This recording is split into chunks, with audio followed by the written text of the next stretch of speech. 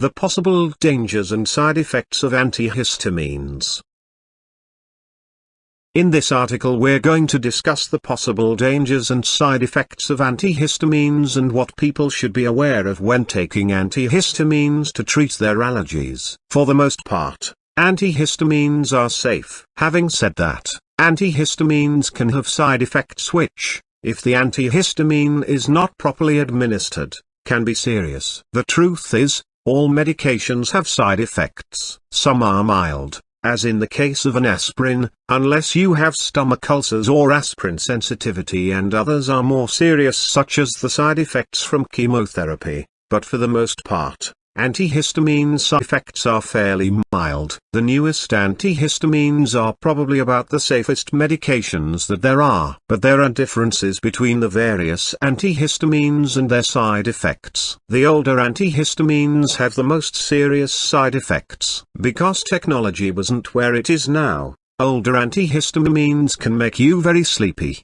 even to the point of falling asleep behind the wheel of a car. The harsh truth is, antihistamines have the same effect on your brain as alcohol. If you've been keeping up with the latest news, you'll notice that people seem to be driving around in a drug-induced haze. This is becoming a very serious problem in itself, as there are no laws against driving while under the influence of prescription medication. That is most likely going to change very soon. According to experts, there is no doubt in their mind that older antihistamines can cause traffic accidents. But that isn't where the effect of older antihistamines ends. They also affect learning and exam performance. Studies show that children with allergies who go to school after taking an antihistamine have poorer test scores than children who are not on antihistamines. Another problem with older antihistamines is that one of the side effects is that people who use them sometimes have difficulty in passing water, or have increased pressure in their eyes. These symptoms, however, are very rare. With the newer antihistamines,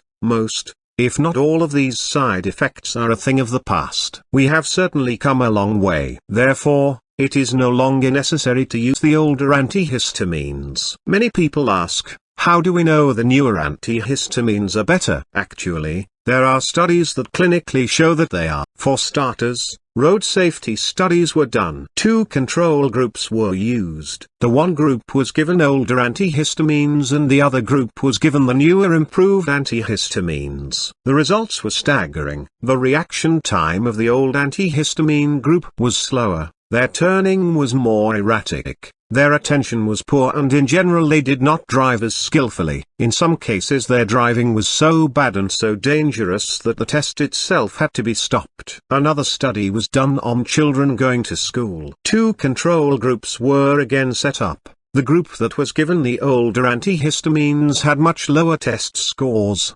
sometimes as much as 20 to 30 points lower. Many of the students couldn't even finish their exams. The only downside of the newer antihistamines, and for that matter any treatment of this sort for allergies, is that they are not a cure, and over time a person can build up a resistance to a particular antihistamine where it no longer works. A new one then has to be given. The average length of time that a person can take a particular antihistamine before they have to move on to a new one is between 3 and 6 months.